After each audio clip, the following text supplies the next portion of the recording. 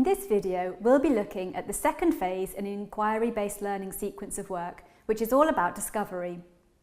We'll look at what this discovery stage involves and how you can support your students to ensure they are successful in their quest for information.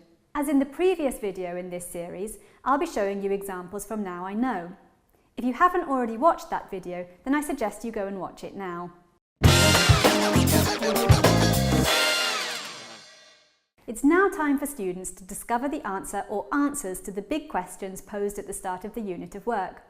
This may be carried out over one or a series of lessons. Students can discover the answers to the big questions in a number of ways, through the texts and information in their coursebook, via supplementary materials selected by the teacher, or through home-based or classroom research. What's important is that students are discovering information that is relevant to them and their individual learning needs, and that they do this with the support and guidance of their teacher and classmates.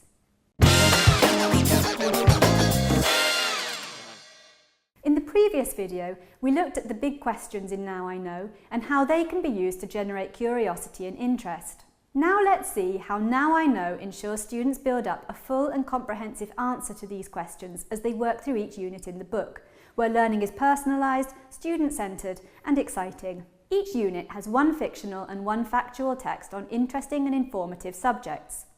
Since students have already shared their subject-related knowledge and ideas and talked about what they want to find out, they read with a real sense of purpose and are motivated to learn.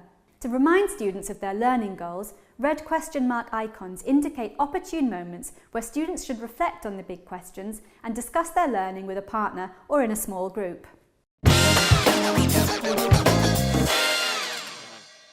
In the process of learning about a subject, students will have plenty of opportunities to practice using English. However, that does not go far enough in the English language classroom, and it's essential that you teach relevant grammar, vocabulary and pronunciation, as well as reading, listening, speaking and writing skills to enable students to be successful in their search for information. The texts in Now I Know can be used for reading or listening skills development, and each one is supported by a vocabulary focus and a pre-reading section where reading strategies are introduced and practiced. The texts are also used to introduce essential grammar in context before students work with new language in more depth. And of course, you'll also find comprehensive speaking, listening and writing tasks. When implementing an inquiry-based learning approach, make sure you find as many opportunities as possible to get your students speaking, sharing their ideas and reflecting on their learning.